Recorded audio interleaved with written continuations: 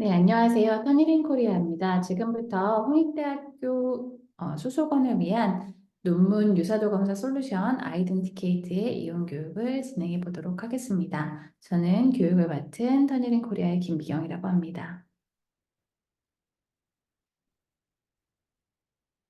아이덴티케이트를 잠깐 간단하게 소개해 드리자면 학술 논문 전용의 유사도 선검증 솔루션입니다. 그렇기 때문에 이 아이덴티케이트를 이용하셔야 되는 분들은 논문을 쓰셔서 이제 투고할 생각을 하고 계시는 분들, 이 학술 논문을 쓰시는 분들에게는 이제 반드시 필요한 솔루션이라고 보실 수 있고요. 이제 그러한 이유에 대해서 좀 간단하게 말씀을 드리도록 하겠습니다. 이 아이덴티케이트가 여러분들이 처해 있는 이런 연구 환경 상에서 어떠한 도움을 드릴 수 있는지에 대해서 말씀드리기 위해 최근에 연구 환경이 어떻게 변화하고 있고 이것에 아이덴티케이트가 어떻게 지원을 드릴 수 있는지 말씀드리도록 하겠습니다.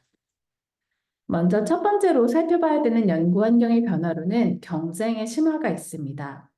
2030년까지 약 5, 6년 정도 남았는데 세계 연구자 수는 2천만 명에서 3천만 명으로 증가할 예정이라고 합니다. 반면 그때까지 발표될 논문 수는 120만 편에 불과합니다. 그러므로 세계 연구자 수가 기하급수적으로 늘어나는 데 비해서 그만큼의 기회가 주어지지 않는다라고 볼 수도 있겠습니다.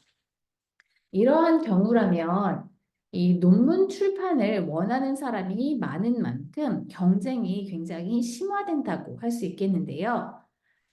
이때에는 연구의 질은 당연히 높아야 하는 것이고, 그 연구에 있어서 조금이라도 표절이라든지 연구 부정 문제가 없음이 확실시 되어야 이 부분을 이제 연구자로서 계속해서 지속해 나갈 수 있다고 할 수 있겠습니다. 이 연구 부정이 가져오는 영향은 굉장히 심각한데요. 그것을 좀 살펴보도록 하겠습니다. 먼저 개인적인 대가가 있습니다. 연구 부정 스캔들에 휘말린 개인은 평판이 손상되고 취업 전이라면 취업 기회가 박탈될 뿐 아니라 취업된 후라도 학위나 지위의 박탈, 소속 기관에서의 제명당할 가능성이 있습니다. 즉 커리어적으로, 사회적으로 막대한 손해를 입을 수 있습니다. 리트렉션 워치라는 NGO 단체가 있는데요. 거기서 운영하고 있는 사이트에 가보시면 현재 실시간으로 전 세계적으로 이 연구자들이 논문을 출판했다가 철회되는 그런 건수에 대해서 기록을 하고 있고 그에 대한 랭킹도 매기고 있습니다. 불명예스럽게도 한국의 연구자도 여기에 이름을 올린 바가 있고요. 이렇게 해서 논문 철회가 빈번하게 일어난 경우에 결국 대학에서 파면되는 사례로 이어진 것을 볼 수가 있었습니다. 이러한 연구 부정은 경제적인 대가도 가져오게 됩니다. 이 부정행위의 심각성에 따라서 소송으로 발전이 되어서 관련자 전원에게 상당한 비용이 요구가 될 수 있습니다. 표절 문제는 아무래도 이 저작권법이라든지 지적재산권 분쟁과 이제 결을 같이 하기 때문에 이런 것들이 소송으로 얼마든지 불거질 수가 있고요. 브랜드 및 평판의 대가도 있습니다. 연구 부정이 드러난 연구자 소속의 대학이나 기관은 부정적인 소문이 돌아 신뢰가 훼손되고 과실의 의혹도 제기가 될 수 있겠죠. 더 나아가서 입학 희망자 수도 감소할 수가 있겠습니다. 이것은 이제 한 개인의 어떤 연구 부정 행위가 얼마든지 눈덩이처럼 불어날 수 있다는 뜻인데요. 이것은 사회적인 대가로도 이루어질 수 있습니다. 의료나 공공 인프라와 관련된 연구에서 연구 부정 행위나 데이터 조작이 드러날 경우에는 이것이 사회 전체에 큰 영향을 미칠 수가 있습니다. 우리나라에서도 2000년대 초반에 국가적인 이슈가 굉장히 크게 되었던 논문 조작 사건이 있었습니다. 아마 찾아보시면 어떤 사건인지 바로 나올 거고요. 이것이 우리에게 초래한 사회적인 비용을 생각해 본다면 이 한 개인의 연구 부정 행위 그리고 그것을 제대로 바로잡지 못한 그러한 어떤 기관이라든지 그런 부분이 얼마나 큰 손해를 입는지 알 수 있을 것입니다. 논문이 발행된 후에 이러한 연구 부정 행위와 관련되어서 철회될 때까지 이제 출판된 논문이 철회될 수가 있는데 그 철회될 때까지 걸리는 평균 일수는 최근 연구에 따르면 1년이 훌쩍 넘는 457일이라고 합니다. 이 말은 연구자의 논문이 이제 실려서 다른 논문으로 인용되고 충분히 연구 공동체에 퍼지는데 시간이 있다는 거죠. 그래서 그 피해도 더 커질 수가 있습니다. 학술 커뮤니티는 새로운 발견들과 논의를 통해서 계속적으로 발전을 해 나가야 하는데 이러한 연구 부정 행위가 그것의 발목을 잡고 결과적으로는 이 발전을 저해한다는 뜻이 됩니다. 또 하나 연구 환경에 관련되어서 새롭게 부상하는 문제에 대해서 이야기해 보자면 AI의 영향력입니다. 챗 GPT로 대표되는 이런 생성형 AI가 최근 몇 년 사이에 굉장히 이슈가 되고 있죠. 그리고 많은 사람들이 이 학계에서도 또 대학이라는 어떤 학문적인 공간에서도 이러한 챗 GPT와 같은 AI를 이용하는 사례가 많아졌습니다.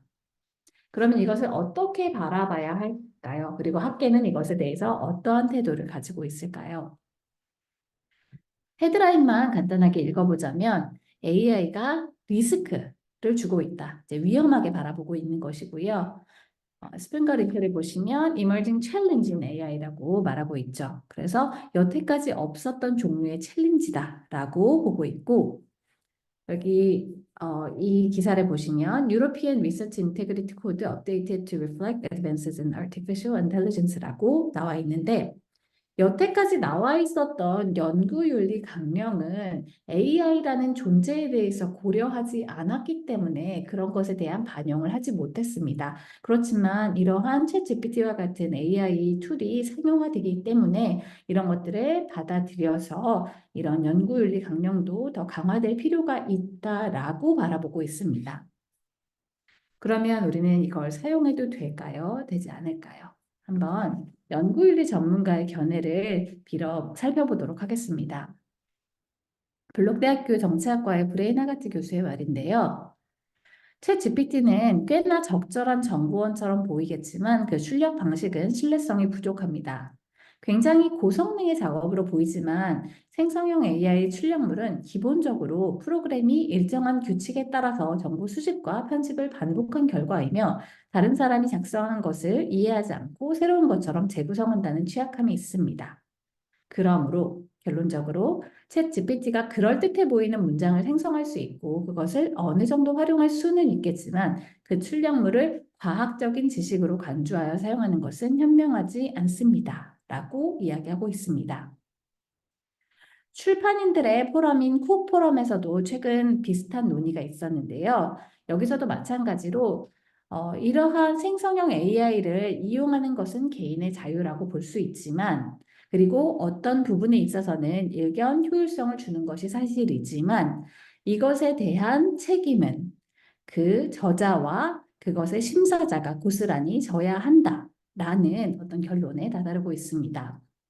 즉, 이 챗GPT가 이 출력물을 산출하는 방식에 대해서 생각해 본다면 결국 확률이 높은 것들을 계속적으로 쌓아주는 것이고 그에 대한 믿을 만한 크레더블 소스가 없다라는 이제 한계점이 있거든요. 그런 만큼 그 자체를 과학적인 지식으로 간주해서 사용 혹은 그것을 가져다 붙여 넣는 이제 최악의 경우도 있을 수 있죠. 그런 것은 현명하지 않다고 보고 있습니다. 그러면 이러한 연구 환경의 변화와 그런 부분들을 살펴본 것과 이제 오늘 소개해드리는 아이덴티케이트 간에 어떠한 이제 연관성이 있는지 좀 더 쉽게 말씀드리면 아이덴티케이트가 이러한 부분에서 연구자들을 어떻게 지원할 수 있는지에 대해서 말씀을 드리겠습니다. 해당 도식은 여러분들께서 논문을 쓰셔서 어딘가에 투고를 하시게 되면 겪게 되시는 이제 과정이라고 보실 수 있는데요. 바로 내용 검토가 들어온다고 생각하시겠지만 내용적인 검토는 그 다음의 일입니다. 가장 최초로는 이 유사도 검증이 이루어집니다. 투고된 논문에 대해서 아이덴티케이트를 통해서 유사도 검증이 이루어지고요. 여기서 저널에서 어느 정도 정한 그런 유사도를 넘어가는 경우에는 그 다음에 어떤 단계인 내용적인 검토라든지 피어 리뷰라든지 이러한 단계로 쭉쭉 나가지 못하고 리젝, 즉 반려되게 됩니다. 그렇기 때문에 이러한 저널에서 사용하는 동일한 그런 솔루션으로 연구자가 본인의 논문을 선검증하고 제출하게 된다면 이러한 유사도 기준에도 어느 정도 이제 맞출 수 있고 혹시나 있을 수 있는 표절 관련된 연구 부정행위 관련된 문제를 미연에 방지할 수 있다라는 큰 장점이 있겠죠. 그래서 아이덴티케이트를 통해서 이런 텍스트 유사성을 미리 검증해야 할 필요가 여기에 있고요. 또 이제 아이덴티케이트가 이제 최근에는 AI의 유사성을 그 AI의 감지 기능을 이제 추가하게 되었습니다. 즉, 이 저널에 이 점검자들은 아이덴티케이트를 통해서 텍스트 유사성뿐만 아니라 이 글이 AI를 통해서 작성됐는가 되지 않았는가를 감지하는 AI 디텍션 기능을 볼 수 있다라는 뜻이 됩니다. 그래서 연구자 입장에서는 해당 부분에 있어서 면면이 그 부분을 먼저 검증하고 내는 것이 큰 유익을 가져다 줄 거라고 보시면 되겠습니다. 이러한 이유 때문에 이 아이덴티케이트를 투고 전 단계에 이제 활용을 하시는 것이고요. 투고 전 단계에 바로 활용하시기보다 연구 중간중간 단계마다 이제 쓰시는 분들이 많습니다. 한 번에 이제 모든 것들을 수정하려면 시간이 많이 걸리기 때문에 중간 단계부터 많이 사용하시는 분들도 계시고요. 네, 20단어 이상이면 관련된 그런 어떤 소스라든지 그런 정보들을 볼 수가 있기 때문에 주제 선정이나 개요 작성과 같은 연구 초기 단계에서 활용하시는 분들도 많이 있습니다. 네, 그리고 현재로서는 이제 홍익대학교에서 구독한 아이덴티케이트는 텍스트 유사성을 검토할 수 있고요. AI 디텍션과 같은 경우에는 또 다른 이제 애드온으로 이제 유상 옵션으로 제공되고 있습니다. 그래서 만약에 사용을 하시다가 이제 이 부분이 필요하다고 생각하시면 학교 측에 그런 부분들을 말씀을 해주시면 되고요. 그럼 지금부터는 이용 방법에 대해서 말씀드리도록 하겠습니다. 이용 방법은 먼저 계정을 신청하는 것으로부터 시작이 됩니다. 계정은 홍익대학교 도서관의 아이덴티케이트를 담당하는 이제 담당자분께 신청서를 제출을 해주시면 되는데요. 신청서 제출은 여기 나와 있는 주소로 해주시면 됩니다. 그리고 앞서서 보시면 이 올려드린 도서관 링크를 보셨을 때에 I라는 이제 항목 아래 아이덴티케이트 공지가 나와 있는데 담당자 메일로 이용 신청서를 발송하라고 되어 있습니다. 그리고 이용 신청서를 클릭할 수 있게 되어 있죠. 클릭하셔서 신청서를 다운로드 받으신 후에 작성하시고 담당자에게 메일로 주시면 되겠습니다. 네, 4월 이후에 이런 AI 디텍션 기능도 추가적으로 탑재될 예정 중에 있습니다. 네, 그렇게 해서 계정을 신청을 해주시면 담당자가 확인을 한 후에 이에 대한 그 등록을 진행을 해드릴 것입니다. 등록을 해드린 후에 이제 메일을 하나 받게 되실 텐데요. 메일은 이러한 형식으로 오게 될 것이고 7일 후에는 해당 메일이 만료되게 됩니다. 그러므로 7일 안에 이 부분을 활성화하셔서 이제 어카운트를 이제 여셔야 되고요. 액티베이트 어카운트를 클릭하신 후에 여기에 이제 유저네임과 패스워드를 기재합니다. 유저네임은 본인의 이제 이메일 주소로 해주실 것을 권장을 드리고요.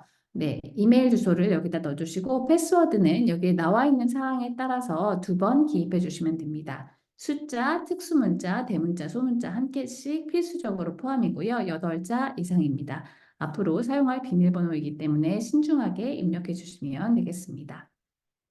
2번 기입하신 후에 하단에 그 텀 앤 컨디션에 동의한다라는 부분에 체크해 주시고 크리에이트 어카운트를 클릭해 주시면 생성이 되게 됩니다. 네, 그 다음에는 이제 로그인을 하시는 부분인데요.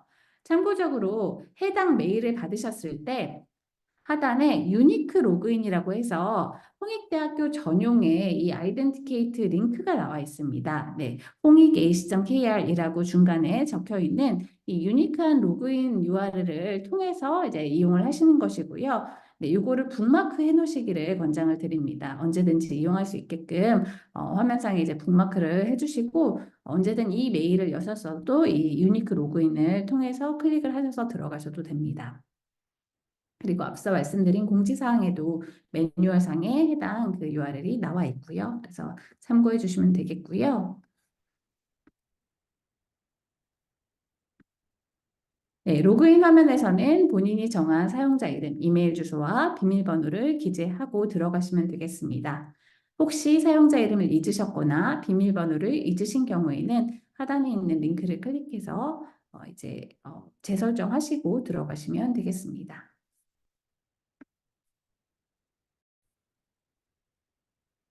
네, 로그인을 하시게 되면 이제 이러한 기본 화면이 처음에 보여지게 되고요. 메뉴명을 영어로 보실 거면 그냥 두시면 되고 한국어로 메뉴명을 보시기를 원하실 때에는 로그인해서 들어간 화면 중에 이제 하단에 보시면 아이덴티케이트라는 로고 위에 본인의 이름이 있을 겁니다. 이 유저네임에 해당하는 그 유저네임이 보이실 거고요. 그걸 클릭해 보시면 언어 중에서 한국어로 변경을 하신 후에 저장을 하시면 됩니다. 그러면 이제 메뉴명이 한국어로 보여지게 되고요.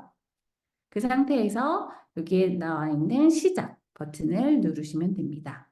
영어 화면인 경우에는 런치라고 되어 있는 버튼을 클릭을 하시면 되고요. 거기서 이제 바로 업로드 할 수 있는 화면으로 넘어가게 됩니다. 시작을 누르시면. 네, 다음으로 이제 그 검사를 원하는 파일을 업로드하는 방법인데요. 네, 나와 있는 화면에서 초록색 업로드 버튼을 누르시면 되겠습니다. 업로드 버튼을 누르면 끌어서 놓기 방식이 있고 파일 선택하는 방식이 있습니다. 편하신 대로 네, 바탕화면 상에 파일이 있다면 끌어서 놓으셔도 되고요. 아니면 파일 선택을 하신 후에 이제 파일을 거기서 선택해 주셔도 되는데요. 네, 요구사항은 간단하게 읽어주시면 되는 부분인데 주로 용량과 관련된 부분입니다. 최대 보고서 길이가 800페이지 정도다. zip 파일은 200MB를 초과하거나 100개 이상의 파일을 포함할 수 없다. 등의 어떤 간단한 요구사항이 있으니 참고해 주시길 바랍니다. 파일 선택을 하시게 되면 제목은 그 파일의 제목으로 자동 기입이 될 것이고요. 작성자의 이름과 성을 차례로 기재한 후에 확인을 누릅니다. 네, 그렇게 하면 이제 업로드가 바로 진행이 되는 겁니다. 처리 중이라고 뜰 것이고 한 5분이 안 돼서 이 결과가 나오게 될 텐데요. 유사성이라고 되어 있는 컬럼에 퍼센테이지가 나왔다면 네, 이 부분의 결과가 준비된 것입니다. 해당 퍼센테이지는 네, 유사도가 되겠고요. 표절률이 아닙니다. 즉, 이 가능성으로 표절을 했을 수 있다라는 뜻이 아니라 전체 텍스트 대비 이 정도의 퍼센테이지로 우리의 데이터베이스에 해당 문건이 유사하게 매치되었습니다. 라는 개념의 유사도입니다. 그래서 해당 퍼센테이지 부분을 클릭하면 결과 화면으로 팝업이 되게 되니 결과 화면을 눌러보시면 됩니다. 버튼 클릭하셨을 때 제일 먼저 이제 최초 로그인이시기 때문에 팝업이 하나 뜨면서 새 유사성 보고서 시작하기라는 팝업이 나올 겁니다. 그냥 다음을 눌러주시면 되겠고요. 보시는 방법은 두 가지가 있습니다. 크게 두 가지가 있는데 그중에 일치 그룹이라는 것과 출처 부분이 있는데요. 먼저 출처부터 말씀을 드리면, 네, 가장 이제 기본적인 뷰로서 한쪽에는 올리신 것의 본문이 나와 있고, 그것이 이제 매치되는 부분이 이렇게 잡힐 겁니다. 그리고 그것이 가지고 있는 출처들이 옆에 이렇게 쭉 나열될 텐데, 가장 높은 퍼센테이지부터 이제 순서대로 1번, 2번 이런 식으로 출처 뷰가 보여지는 부분이 이 출처로 보는 부분입니다. 이에 반해서 이 일치 그룹이라는 것은요, 매치된 것들이 그룹으로 나눠보면 몇 가지 유형이 있을 텐데요. 그 유형별로 나눈 겁니다. 크게 네 가지로 나눠지는데요. 여기 보시면 먼저 제일 첫 번째가 직접 인용 표시나 출처 표기 누락이라고 되어 있는 부분이 있습니다. 우리가 인용을 처리할 때에 직접 인용이 있고 간접 인용이 있는데 직접 인용은 이 쌍따옴표와 같은 표시가 있어야 하죠. 그래서 그 표시를 해야 하는데 그 표시가 누락됐거나 혹은 출처 표기, 이제 정한 그러한 하나의 출처 표기 방법에 따라서 출처 표기를 각각 하셔야 되는데 이 부분은 매치가 됐음에도 불구하고 출처 표기가 이제 제대로 되어 있지 않은 것 같다라고 된 부분들의 그러한 것들을 모아놓은 그룹이 되겠습니다. 그래서 이런 것들이 지금 검사한 것에서 약 45건이 잡혔다고 이렇게 보여지는 것이고요. 두 번째 그룹과 같은 경우에는 이제 누락 인용입니다. 누락 인용은 인용해야 되는 부분들을 제대로 인용하지 않았다는 것인데요. 여기서 쌍따옴표로 직접 인용 처리해야 되는 것인데 쌍따옴표 처리가 되어 있지 않다라고 하는 것은 두 번째라고 보시면 됩니다.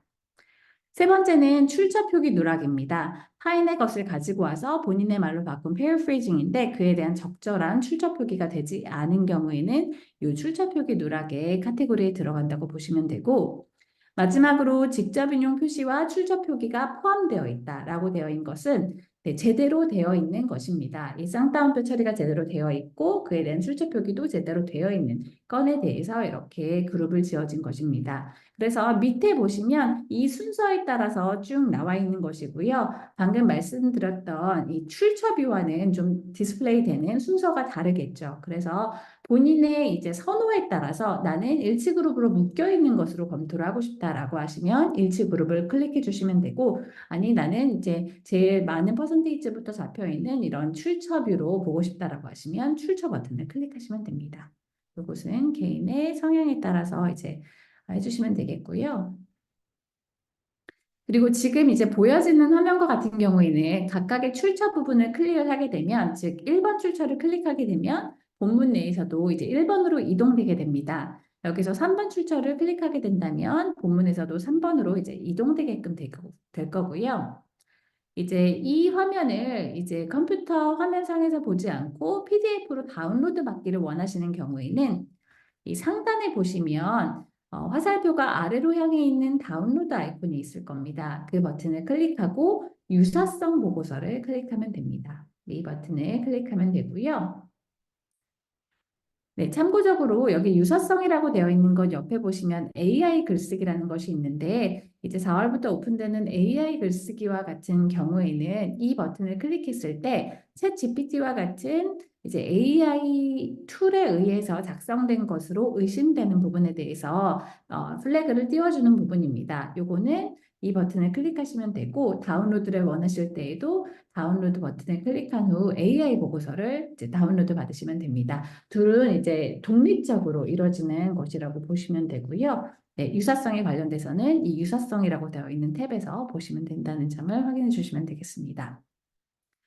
네, 이렇게 해서 지금까지 한 내용을 점검해 보면 먼저 계정을 만들고자 하실 때에는 홍익대학교 도서관의 아이덴티케이트 공지사항에 가셔서 거기에 있는 신청서를 다운로드 받으신 후에 작성 후 담당자에게 메일로 이제 송부합니다. 그러면 담당자가 등록을 함에 따라서 메일이 하나 발송될 텐데 그 자동 메일을 여셔서 본인의 유저네임과 패스워드를 이렇게 설정한 후에 로그인을 합니다. 로그인을 하실 때에는 홍익대학교 전용으로 이제 되어 있는 URL을 통해서 접속을 하셔야 하는 거고요. 들어가셔서 업로드 버튼 누르고 검사를 이제 진행을 한 후에 결과 화면을 팝업 띄우면 이렇게 보여지게 된다는 점, 이렇게 정리를 해드릴 수 있겠습니다. 네, 그리고 네. 필터 기능을 좀 안내드리고자 하는데요. 필터 기능은 검사를 하심에 있어서 내가 어떤 부분에 집중하기 위해서 다른 부분은 잡히지 않게끔 제외를 하고자 할 때가 있습니다. 그러한 제외 설정을 하는 기능이라고 보시면 되겠는데요. 네, 출처라고 되어 있는 부분을 보시면 그 위에 필터라는 버튼이 보이실 겁니다. 깔때기 모양이 있고 필터라고 되어 있는데 눌러보시면 각각 제외가 가능한 항목들이 처음부터 이제 나와 있습니다. 먼저는 참고 문헌이 있고요. 참고 문헌은 논문의 가장 뒤쪽에 있는 참고 문헌이라는 제목을 단 일종의 템플릿을 제외하는 기능입니다. 해당 부분은 이제 본문의 내용을 검토할 때는 따로 잡히지 않아도 되므로 이 부분을 잠시간 제외하기 원하신다면 네, 이 토글 부분을 한번 클릭하면 회색으로 바뀌면서 꺼지게 되거든요. 그 상태로 하시면 참고 문헌이 제외되게 됩니다. 다음으로 인용문은 네, 직접 인용에 대한 부분입니다. 쌍따옴표 처리한 직접 인용은 내가 지금 검토하지 않고 그 외의 것들 먼저 검토한 후에 그것이 끝나고 나면 검토하겠다라고 하시면 마찬가지로 인용문이라고 되어 있는 것 옆에 토글을 클릭함으로써 끄시면 직접 인용 처리된 쌍따옴표 안의 것들이 제외되게 됩니다. 네, 예시문은 본문 내에 출처 표기된 이제 사이테이션에 대해서 제외하는 기능입니다. 마찬가지 방법으로 제외하실 수 있고요. 논문에 이 초록과 연구 방법 및 재료와 같은 일종의 섹션을 내가 따로 검토하기를 원해서 잠시 제외하기 원하신다면 마찬가지 방법으로 네, 클릭하시면 네, 그 부분이 제외됩니다. 제일 아래에 견본 인쇄 출처라는 것이 있는데 이것은 프리프린트로서 이러한 경우가 있습니다. 내가 논문을 투고해서 그것이 공식 동료 평가, 즉 피어 리뷰에 앞서서 공개 서버에 그 부분이 게시되어서 이게 유사하게 잡힐 때가 있습니다. 그때에는 그 부분을 제외한 후 이제 검사 결과를 보고자 할 때에 이 부분을 제외하시면 프리프린트 된 부분, 출판 전 원고를 제외할 수가 있습니다. 네, 이 방법으로 진행을 하시는 것이고요. 이 토글 키는 클릭을 함으로써 간단하게 온 앤 오프를 할 수가 있습니다. 그래서 회색으로 되어 있으면 오프가 된 것이고, 네, 이렇게 초록색으로 되어 있으면 켜져 있으므로 이렇게 포함되어져 있는 것입니다. 그 부분 알아두시면 되겠고요. 네, 하단의 데이터베이스 검색은 모든 부분을 포함하시게 그냥 두시면 되겠습니다. 이 부분은 내가 이 부분을 검사할 때에 어떤 데이터베이스와의 검사를 원하는지를 선택하는 란인데요. 보통 저희 아이덴티케이트에서 제공하는 모든 종류의 데이터베이스를 포괄적으로 다 포함하여서 검사하시는 것이 대부분이기 때문에 인터넷, 출판물, 크로스레프, 게시된 내용, 제출물 작업 이 부분을 다 이제 온 되어 있는 상태로 그냥 두시면 되겠습니다. 네, 필터 기능은 그렇게 이용을 하시면 되겠고요. 다음으로 본문 내 혹은 소스별 제외에 대한 기능입니다. 이 부분은 유사도를 검토하시는 와중에 내가 어떠한 목적에 의해서 본문 내에 어떤 내용을 제외하거나 혹은 이러한 소스 부분에서 특정 소스를 제외해야 되는 기능이 있을 수 있습니다. 이러한 것의 예를 들어드리면 특히나 소스 제외에 있어서 내가 출판을 한 나의 선행 연구가 있고 지금 작성해서 검사하는 것이 그에 대한 후속 연구일 때가 있습니다. 이때는 보통 본인의 연구가 선행 연구로서 좀 유사한 점이 많기 때문에 가장 높은 퍼센테이지로 본인 논문이 잡힐 경우가 있습니다.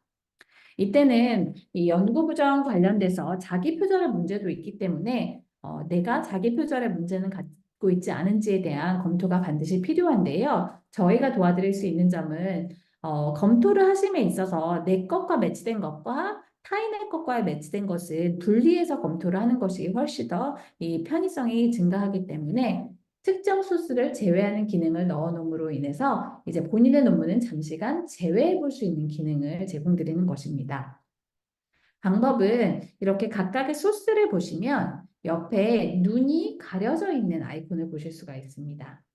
네, 해당 버튼을 클릭하면 그 부분을 이제 제외하실 수가 있습니다. 해당 소스는 특정 소스는 내가 제외한다라는 뜻이고요. 이제 이걸 클릭하시면 되겠고요. 혹은 하단에 보면 일치 제외라는 버튼도 있습니다. 마찬가지로 이 부분도 제외하는 것입니다. 그래서 눈 모양을 클릭을 하셔도 되고 아니면 일치 제외 버튼을 클릭하셔도 됩니다. 특정 소스 제외는 두 가지 중에 한 가지 방법으로 진행을 하시면 되겠고요. 네, 본문 내에서도 내가 만약에 어떤 특정 텍스트에 대해서 이 텍스트를 제외한 경우에 유사도 부분에 어떤 결과가 나타나는지 더 보고자 하신다면 그 본문에 해당하는 부분을 더블 클릭하시게 되면 이 텍스트 제외라는 까만색 버튼이 나올 겁니다. 네, 해당 버튼을 누름으로써 해당 텍스트를 제외하실 수가 있고요. 이러한 조치들은 저희 데이터베이스에서 영구적으로 삭제하는 건이 아니라 검토의 편의성을 위해서 임시적으로 제외한 상태가 됩니다. 그렇기 때문에 언제든지 복원하실 수가 있는데요. 복원의 방법은 제외를 하신 건이 있다면 이렇게 2% 전체 유사성이라고 되어 있는 것 밑에 이 몇 개가 제외됐는지 파란색으로 제외가 보이실 겁니다. 이 제외라고 되어 있는 버튼을 클릭해 보시면 제외했던 항목들이 이렇게 쭉 보여질 것이고요. 거기서 각각을 복원하시기 원하신다면 각각의 건들에 대해서 눈 모양을 클릭함으로써 복원을 하시면 되고요. 아니면 제외했던 것들을 한꺼번에 모두 복원하겠다라고 하시면 모든 텍스트 블록 포함이라는 버튼을 누르신 경우가 되면 모든 것들이 다 한꺼번에 복원되어지게 됩니다. 해당 방법을 통해서 복원을 하시면 되고 다시 원래의 결과 화면으로 돌아가기를 원하실 때에는 이제 제외라고 된 건 밑에 유사성 보고서로 돌아가기 버튼을 클릭하면 원래 화면으로 돌아가게 됩니다. 네, 여기까지 결과를 본 다음에 여러 가지 제외 설정을 할 수 있는 부가 기능에 대해서 안내 드렸습니다. 마지막으로 이 부가 기능 중에 폴더를 추가하고 이것을 공유하는 기능에 대해서 말씀드리겠습니다. 폴더 추가는 아무래도 여러 건의 프로젝트를 진행을 한다든지 그것을 이제 주제별로 해서 나눠 놓는 경우에 이제 유용할 수 있고요. 이 폴더는 폴더 추가 버튼을 클릭한 후에 이름을 지정하여 추가 버튼을 누르면 바로 생성이 됩니다. 그리고 이것을 동료 연구자와 공유하고자 할 수 있습니다. 특히나 논문을 쓰실 때에 단독 저자가 아니라 공동 저자가 있는 경우에는 이러한 유사도 검사를 한 결과를 함께 공유하여서 보면서 해당 부분을 어떻게 이제 수정할지에 대해서 나눌 수 있는데요. 공유는 옆에 보면 공유라는 버튼이 있습니다. 그 버튼을 클릭한 후에 내가 초대하기 원하는 그런 사용자의 이메일을 기입한 후 여기에 초대 버튼을 눌러주시면 그분께 이제 해당 초대가 가게 됩니다. 메일상으로. 그래서 그 방법을 통해서 공동 연구자 간에 이러한 결과를 공유할 수가 있습니다. 네, 그리고 저희 아이덴티케이트 데이터베이스와의 비교가 아닌 내가 가지고 있는 특정 문서 간의 비교를 원하실 때에는 그 역시도 가능한데요. 이것은 문서 간 비교라는 기능으로 가능합니다. 즉, 내가 A와 A-라는 특정 문서들을 가지고 있는데 아무래도 그것들이 굉장히 유사한 것 같다라는 생각이 드실 때에 그것들이 얼마나 유사하고 어느 부분이 유사한지를 보고자 할 때 해당 기능을 이용하실 수 있습니다. 이것은 업로드라는 버튼 보시면 옆에 이렇게 꺽쇠가 아래로 향해 있는 버튼이 있을 텐데요. 그 버튼을 클릭하면 그중에 문서 간 비교라는 것이 있습니다. 클릭해 주시고 주요 파일, 즉 A에 해당하는 파일을 올려주시고 본인의 이제 이름과 성을 기재합니다. 그 다음 비교 파일, 이 건에 대해서 비교 문서가 되는 이 경우에는 A-에 해당하는 파일이 되겠죠. 그래서 비교 파일에다가 그 파일을 올려주시고 확인을 누르시면 됩니다. 이렇게 해서 진행하신 건에 대해서는 저희 아이덴티케이트 데이터베이스와의 비교가 아닌 본인이 가진 것들 간의 비교 한 결과를 보실 수가 있습니다. 네, 여기까지 준비한 내용을 진행을 해보았고요. 지금부터는 질문 사항이 있으시다면 받아보도록 하겠습니다.